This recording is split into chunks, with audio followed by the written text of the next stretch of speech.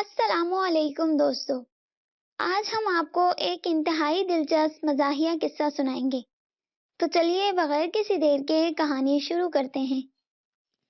یہ بہت عرصہ پہلے کی بات ہے کہ ایک دن الٹا نگر کے بادشاہ سلامت جب اینٹیں اکڑتے دربار میں داخل ہوئے تو ایک درباری نے اونچی آواز سے کہا، با ادب با ملاحظہ ہوشیار شہنشاہ معظم الٹا نگر کے فرما رواں تشریف لاتے، اور پکارنے والا ابھی پوری بات بھی نہ کہنے پایا تھا کہ بادشاہ سلامت دڑام سے وزیر اعظم کے قدموں میں گر پڑے۔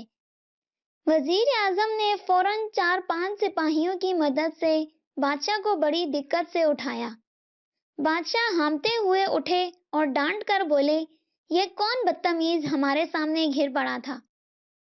وزیر اعظم سر کھجا کر بولے، معاف کیجیے گا حضور، میرے خیال میں تو آپ خود ہی ابھی گر پڑے تھے۔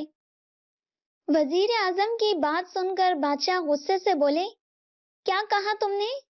کون گرا ہے ابھی؟ ہم، یعنی کہ ماں بدولت۔ پھر چیخ کر بولے، ٹھہر جا، تجھے اس گستاخی کا ہم ابھی مزہ چکھاتے ہیں۔ کوئی ہے یہاں؟ فوراً 2 سپاہی حاضر ہوئے۔ لے جاؤ اسے، بادشاہ سلامت نے سپاہیوں کو حکم دیا، اور اس کی ناک میں بھس بھر دو۔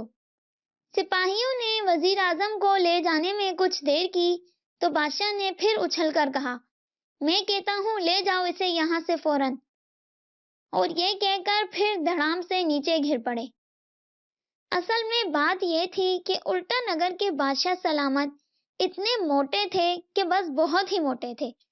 ایک تو بے تحاشا موٹاپا، اور دوسرا بادشاہ کی داہنی ٹانگ بائیں ٹانگ سے کچھ چھوٹی تھی، اس لیے بادشاہ سلامت کو ذرا سی بھی ٹھوکر لگتی تو آپ بھت سے نیچے گر پڑتے اور فٹ بال کی طرح زمین پر لڑکتے پھرتے۔ اس وقت آپ کے سامنے کسی کا آ جانا غضب ہی ہو جاتا تھا۔ گرنے کا سارا غصہ اس پر اتارتے، اور جب تک اس کی ناک میں بھس نہ بھروا دیتے تب تک چین نہ لیتے۔ چنانچہ کوئی درباری ایسا نہ بچا تھا جس کی ناک میں بھس نہ بھرا گیا ہو۔ جسم موٹا ہونے کے ساتھ ساتھ بادشاہ سلامت کی عقل بھی بہت موٹی تھی۔ اکثر ایسا ہوتا کہ بادشاہ سلامت کسی کرسی پر بیٹھتے اور وہ بادشاہ کے بوجھ سے چڑچڑا کر ٹوٹ جاتی تو بادشاہ سلامت نہ صرف کرسی بنانے والے کی بلکہ اس کے پورے خاندان کی ناک میں بھس بھروا دیتے۔ اس لیے ملکہ نے محل کی ساری کرسیاں اور مسہریاں لوہے کی بنوا دی تھی، لیکن اس پر بھی کبھی نہ کبھی ایک آدھ کرسی یا مسہری بادشاہ سلامت کے بوجھ سے ٹوٹ ہی جاتی۔ یہ دیکھ کر بعض آدمی تو سوچنے لگتے کہ بادشاہ سلامت موٹے زیادہ ہیں یا بھاری۔ بادشاہ سلامت کے بے تحاشا موٹاپے اور اوندھی عقل سے ویسے تو ساری رعایا ہی پریشان تھی، مگر وزیر اعظم اور ملکہ کی جان تو آفت میں تھی، اور جب سے بادشاہ سلامت نے وزیر اعظم کی ناک میں بھس بھروا دیا تھا تب سے تو وہ اور بھی ڈرنے لگے تھے، اور ہر وقت ایسی تجویزیں سوچتے رہتے کہ کسی طرح بادشاہ سلامت کا موٹاپا ختم ہو تاکہ ان کی اور رعایا کی جان اس مصیبت سے چھوٹے۔ ایک دن ملکہ عالیہ بادشاہ سلامت کے لیے چائے بنا رہی تھیں کہ وزیر اعظم گھبرائے ہوئے کچن میں تشریف لائے اور کراہتے ہوئے بولے، ارے ملکہ عالیہ، کچھ سنا آپ نے کہ بادشاہ نے کیا کہا ہے؟ کیا کہا ہے؟ وزیر اعظم کی بات سن کر ملکہ ہڑبڑا کر اس زور سے اٹھی کہ چائے کی کیتلی چولہے پر سے گرتے گرتے بچی۔ کیا بتاؤں آپ کو؟ وزیر اعظم پیٹھ کھجا کر بولے، بادشاہ سلامت نے تو لوگوں کی زندگیاں حرام کر دی ہیں، کچھ کہو گے بھی یا؟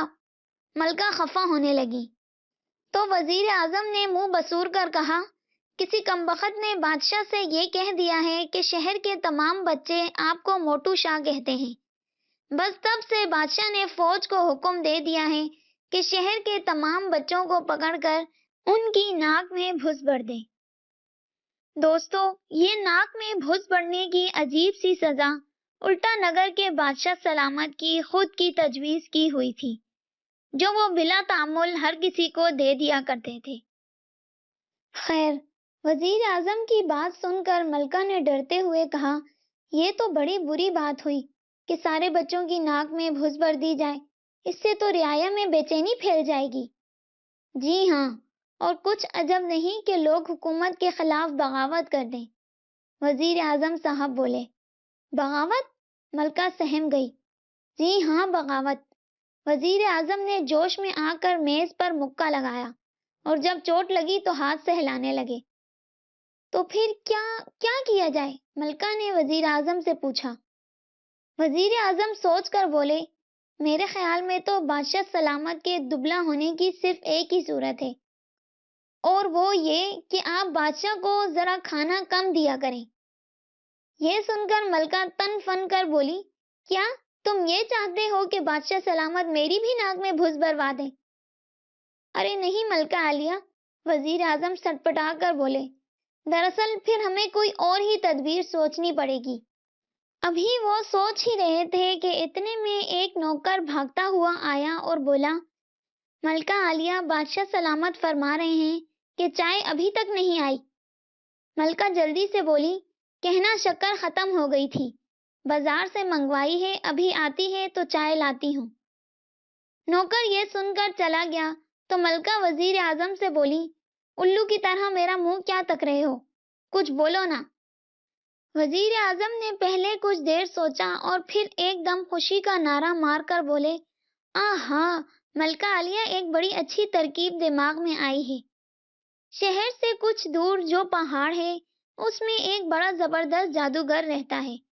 اگر اس سے مدد طلب کی جائے تو شاید وہ کوئی ایسی دوا یا منتر بتا دے جس سے بادشاہ سلامت کا موٹاپا کم ہو سکے۔ وزیر اعظم کی ترکیب سن کر ملکہ خوشی سے ہاتھ ملتے ہوئے بولی، ہاں ہاں، یہ بالکل ٹھیک ہے، تم آج ہی اور ابھی اس کے پاس جاؤ۔ ملکہ کا حکم سن کر وزیر اعظم نے جھک کر ملکہ کو سلام کیا اور وہاں سے چلے آئے۔ اب یہ بھی عجیب اتفاق تھا کہ بادشاہ سلامت جتنے موٹے تھے، وزیر اعظم صاحب اتنے ہی دبلے پتلے اور دھان پان سے تھے۔ انہوں نے سوچا، اگر میرا بھی دبلا پن دور ہو جائے اور میں ذرا سا موٹا ہو جاؤں تو کیا ہی اچھی بات ہو۔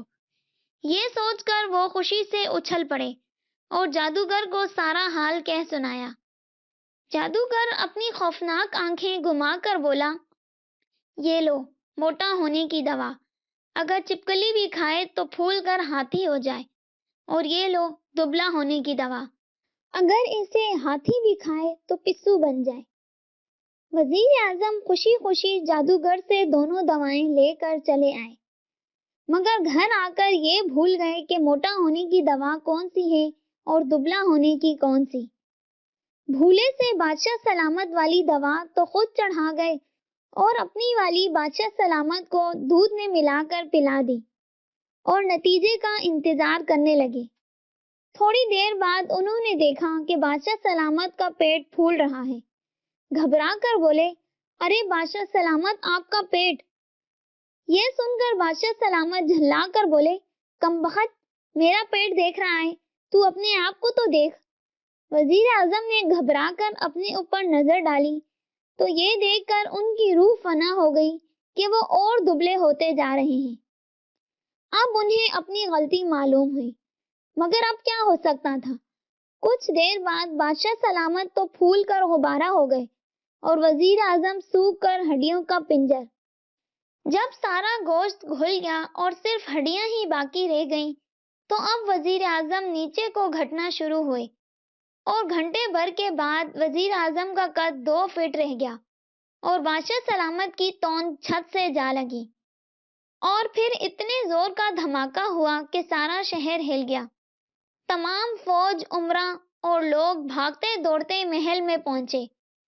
آ کر کیا دیکھتے ہیں کہ بادشاہ سلامت تو پھٹے پڑے ہیں اور ان کے پاس ایک چونٹی رینگ رہی ہے۔ یہ وزیر اعظم تھے جو گھٹتے گھٹتے چونٹی کے برابر رہ گئے تھے۔ دوستو، آپ کو یہ دلچسپ کہانی کیسی لگی؟ کامنٹ سیکشن میں ضرور بتائیے گا۔ ملتے ہیں نیکسٹ ویڈیو میں، تب تک کے لیے اللہ حافظ۔